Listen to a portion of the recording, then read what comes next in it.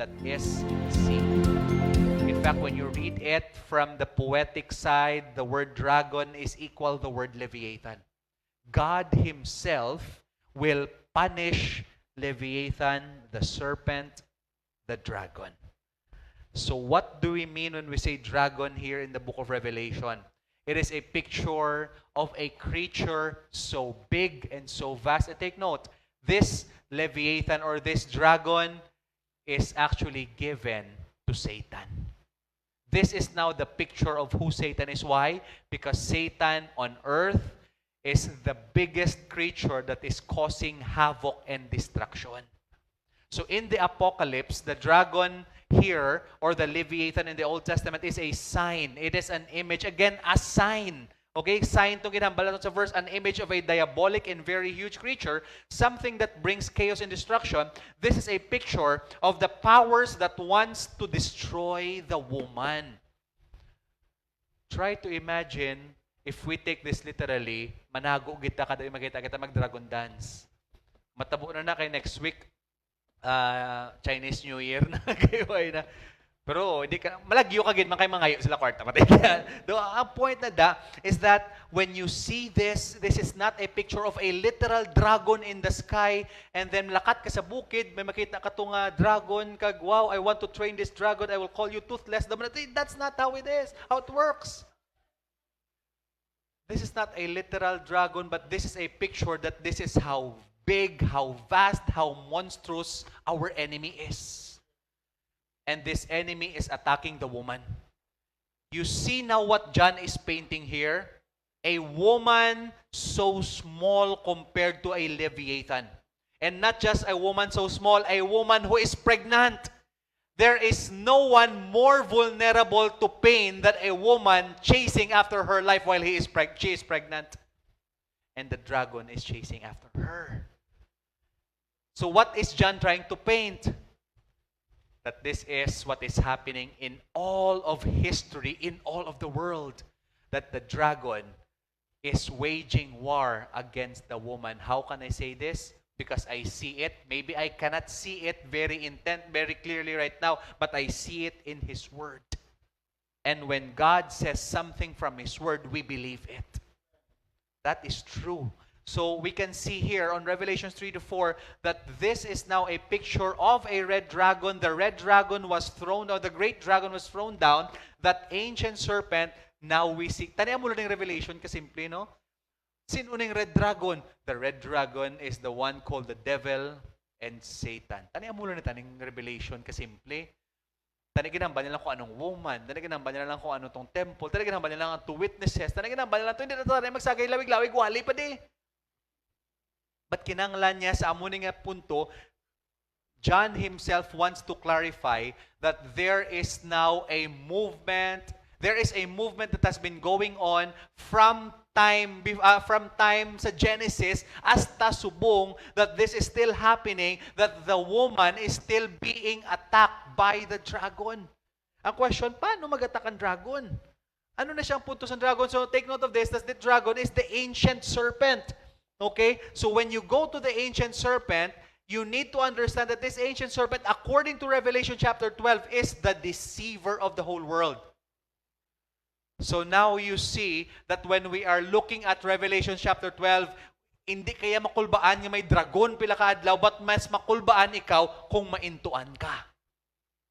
Because the weapon of the dragon, the way the dragon produces chaos and destruction to the whole world is not because simply nga grabe ang pagkaon niya sa kalibutan, grabe ang ang kalayo sa kalibutan, grabe ang destruction niya sa kalibutan. No.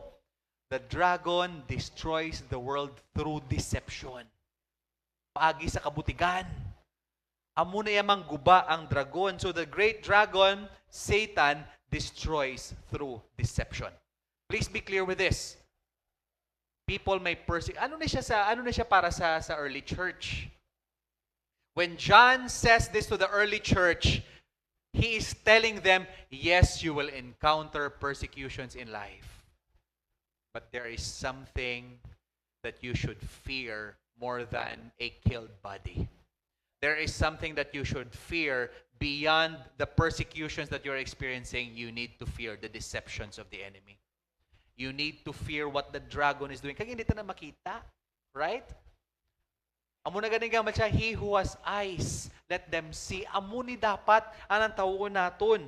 So when you go back to Genesis chapter 3, the serpent here, being more crafty than any other beast, anong ginhambal niya sa babae? Anong ginhambal niya sa woman? So going back here, we can understand kung anong ginhambal niya. Number one, the serpent is distorting what God has said. Naghambal ang Ginoo. Ano dapat ang ginhimo ni Adam? Natunan natin sa book of Genesis. Because of what the serpent did. Ano ginhimo sa serpent? He actually twisted, he actually distorted the word of God. Did God really say? At the heart of it, gin-distort niya ang word ni God, pero miyara pagit siya mas dalom. Anong mas dalom da? Gin-distort sang serpent ang goodness sang Ginoo. God has given all of the trees, of the fruit of the trees, at tanan nga makaon dira sa tao. Why? Because God is gracious, God is generous, God is good. He has given all of the garden to Adam except one. But the devil made Adam and Eve focus on that one, ang bawal. Kaya tungod nag-focus siya sa bawal, nakalimtan niya kung anong maayo. Ang gin-focus niya kung anong malain. And surprisingly, gin-twist sang serpent. Anong tabo? What was evil and what was bad became as if it was good. Sa mata ni Eve, it was good for food. Kanami, gid masarap gid man ang bawal, di ba? Baho man kuno. Masarap gid man ang bawal. Kag sa diri sa pagpasar, ano ni man, gusto ko ni. And then the serpent, because he knew what was in the, kung ano nakita ni Eve, it was good. Anong hambal sa enemy? Hindi ka na mapatay, you will not surely die outright. Sa amo nga tiyempo, the serpent lied. The serpent lied because ginsunod ni Eva kag ni Adan, upod na sila perme, okay?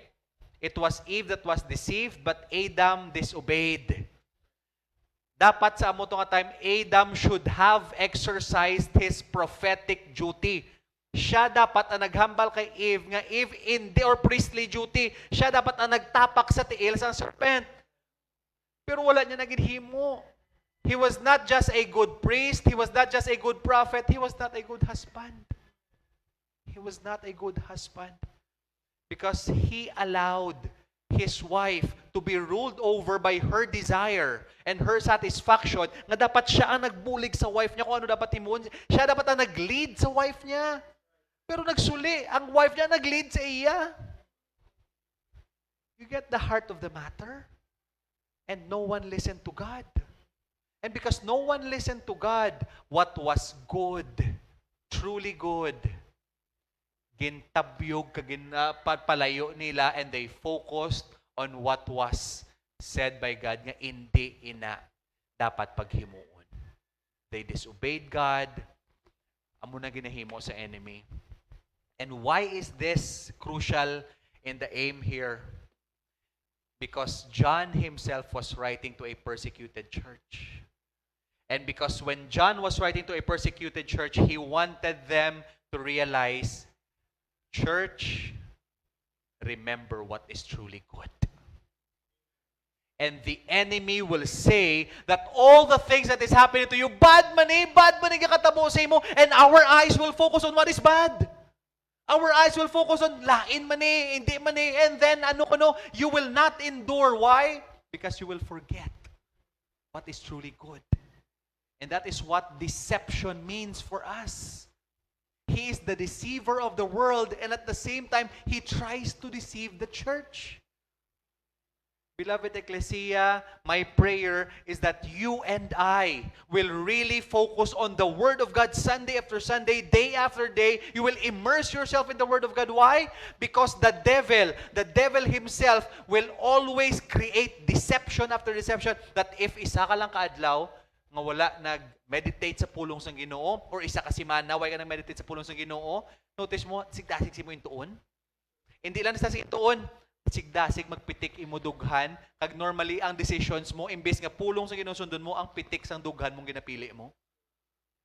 Beloved Ecclesia, that is why Sunday after Sunday we ask for you to come here, not because nga para madamo kita o di kita naton gustong. Come here for your soul. Come here for your soul. And what you are experiencing here Sunday after Sunday, you do that and you apply that all the rest of your week. That is why this is the first day. And what you learn on the first day, you bring with you all the rest of your lives. And you work now because of it.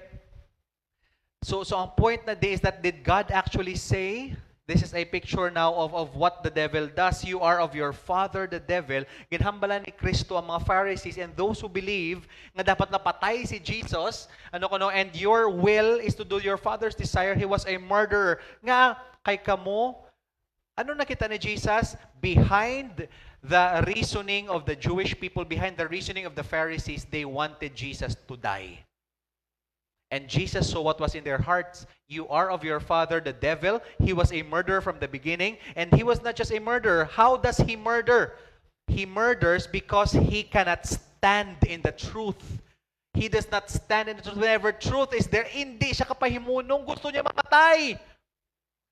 Because there is no truth in him. When he lies, he speaks out of his character, for he is a liar and the father of lies. This is what the Lord Jesus Christ said. And not only this, he was also pointing not only to Satan, but to those who are of Satan. Beloved Ecclesia, because you are of Christ, because iya ka ni Kristo, always, always, always study the Word of God. Always stand in the Word of God. Why? Because those who are not of Christ are marked by Satan. And if they are marked by Satan, because I tell you the truth, you do not believe me. You will never believe Christ. You will never believe Christ. Which one of you convicts me of sin if I tell you, why do you not believe me? Whoever is of God hears the word of God. Ang mga Pharisees ngayon will never believe maski ihambal ni Christ ang truth which was opposite to the thief on the cross. Ano hambal sa thief on the cross? This man has no sin. But sila ano ginambal nila? I may sin na si Jesus. He needs to die. That is the difference. Whoever is of God hears the word of God. The reason why you do not hear them is that you are not of God. You are not of God. So take note of this, beloved Ecclesia. And this is very scary. Let's all read this together. This is the Apostle Paul. Hambal ni Paul, buang-buang ko di bala sa tubangan nyo, Corinthians. Pero please bear with me. Anong ginhambal niya? Let's all read this together. Ready, go? For I feel a divine jealousy for you, since I betrothed you to one husband, to present you as a pure virgin to Christ. But I am afraid that as the serpent deceived Eve by his cunning, your thoughts will be led astray from a sincere and pure devotion to Christ. For if someone comes and proclaims another Jesus than the one we proclaimed, or if you receive a different spirit from the one you received, or if you accept a different gospel from the one you accepted, you put up with it readily enough. Hambal niya, nakulbaan ko para sa inyo because I presented you to Christ as the spotless bride of Christ, but may mag-abot lang sa inyo nga false teaching, may mag-abot lang sa inyo nga false gospel, pati-pati ka mo dason. So ano hambal ni Paul? Do not believe them. One of the things na hindi ikaw maintuan sa demonyo is that you always anchor yourself in the truth of God's Word. Ano hambal niya? This is what Satan does. And ang muning hambal niya, mga sumunod ni Satan, verse 13, for such men, those who are preaching this are false prophets. They are deceitful workmen, disguising themselves as apostle of Christ. There will be many people who will say, nga, halin kami kay Kristo, don't judge us. We need to judge you. We need to judge especially those who claim that they are teachers of Christ. And no wonder, for even Satan disguises himself as an angel of light. How does Satan deceive? He always deceives by means of you. Nga ano ko no, makuha ang guard mo. Okay, part ni siya. Okay, iyan isa ni Jesus, but you don't know because you are not in the Word. Please, beloved Ecclesia, Sunday after Sunday, abi nyo ka pa mati lang kamudri, nasundasig ba buringan sa totoo lang. I tell you that. Nasundasig ba tama, ano naman kabugat naman is ang reklamo ta, ang rason niya, may duldol ng dalunggan ta. Kaya tungod gahambal ta nga bugat na, wala na gasulod sa paminsaron ta, but oftentimes we need to hear the hard truths because day after day, we are bombarded with so many informations that are actually part of the demonic realm of Satan. We are easily deceived. Sige dyan ma-deceive. Notice yun ha. Isa sa notice ko today for the whole week, Monday, Tuesday, grabe pa na. Ang aton nga pa-plaster on fire ang sa word. Pero notice ko kisa Wednesday, Thursday, because may natabo nga lain sa obrahan or sa panimalay, kasi gakalimtan na na. Notice yun ha. Or gakadula na ng mga tunaan naton because we are easily deceived. That is why I'm not condemning in a sense, but that is why you need to go back pagka next Sunday because you know how easily it is for your soul to be drawn away from the truth of God's Word. So it is no surprise if His servants also disguise themselves as the children of righteousness, their end will correspond to their deeds. Beloved, the world will always put you to a means. Nga, when you read Isaiah, open your Bibles to Isaiah 8:11 to 22. This is a picture of a famine, of a certain famine here in the land in Isaiah. Nga makita naton nga there is deception going on. Okay, Isaiah paints with clear picture. Let me read it while you watch it there sa inyong mga Bibles. For the Lord spoke thus to me with His strong hand upon me and warned me not to walk in the way of the people, saying, do not call conspiracy. All this people calls conspiracy, and do not fear what they fear, nor be in dread. But the Lord of hosts, Him you shall honor as holy. Let Him be your fear. Let Him be your dread. Grabe no? Let Him be your fear. Let Him be your dread. Nga kay kung madula ang kulba ni mo sa Ginoo, hapos ka lang dagiton kuno sa ano nakulbaan sa kalibutan. And He will become a sanctuary and a stone of offense and a rock of stumbling to both houses of Israel and a trap of snare to the inhabitants of Jerusalem. And many shall stumble on it. They shall fall and be broken. They shall be snared and taken. Take note, verse 16, bind up the testimony, seal the teaching among the disciples. I will wait for the Lord who is hiding His face from the house of Jacob, and I will hope in Him. Behold, I and the children whom the Lord has given me are signs and portents of Israel from the Lord of hosts who dwell on Mount Zion. And then they say to you, hambal ko sa mga tao sa kalibutan, inquire of the mediums and necromancers who chirp and mutter. Should not a people inquire of their God? Should they inquire of the dead on behalf of the living? To the teaching and to the testimony. Hambal niya sa verse 20, hindi ka magpamati sa ginahambal nila. Balik ka sa teaching kag sa testimony sang Ginoo. If they will not speak according to His word, it is because they have no dawn. Ano na ginahambal niya? Those who have not the Word of God, those who have no Word of God, they are living in darkness. They are living in darkness. If they will speak not according to this word, it is because they have no dawn. They will speak through the land, greatly distressed and hungry. And when they are hungry, they will be enraged and will speak contemptuously against their king and their God, and turn their faces upward, and they will look to the earth, but behold distress and darkness and gloom and of anguish, and they will be thrust into thick darkness. Beloved, oh how dark it is to live in a society without the Word. That is why our heart's desire is maski adlaw-adlaw sa imong mga kabuhi, meditate upon the Word of God, that when you go now to Sunday, this Word simply erupts as a celebration nga hindi kili kapoy mamati sang pulong sang Ginoo. Kapoy lang siya kay Waita na train naton dalunggan.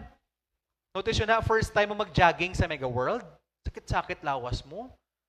Grabe ginaya ka kapoy Pero try bala, first week, second week, sige-sige balik-balik. Kapoy man siya gyapon, pero laban-laban ang muscles mo nakasaho na. And this is also a simple, nga ako na Sunday, kakapoy mamati sa pulong sa Ginoo because every day, wala tagi na train naton dalunggan. Wala tayo ginatry na itong tagipusoon magmati sa pulong sang Ginoo. So that is why we need to do it. Darkness in the land is caused by a famine of God's word where people inquire to anyone, mediums, necromancers, other than the God in His word or God in His word. There is darkness indeed. So what is this war going on? How does the dragon wage war against the woman?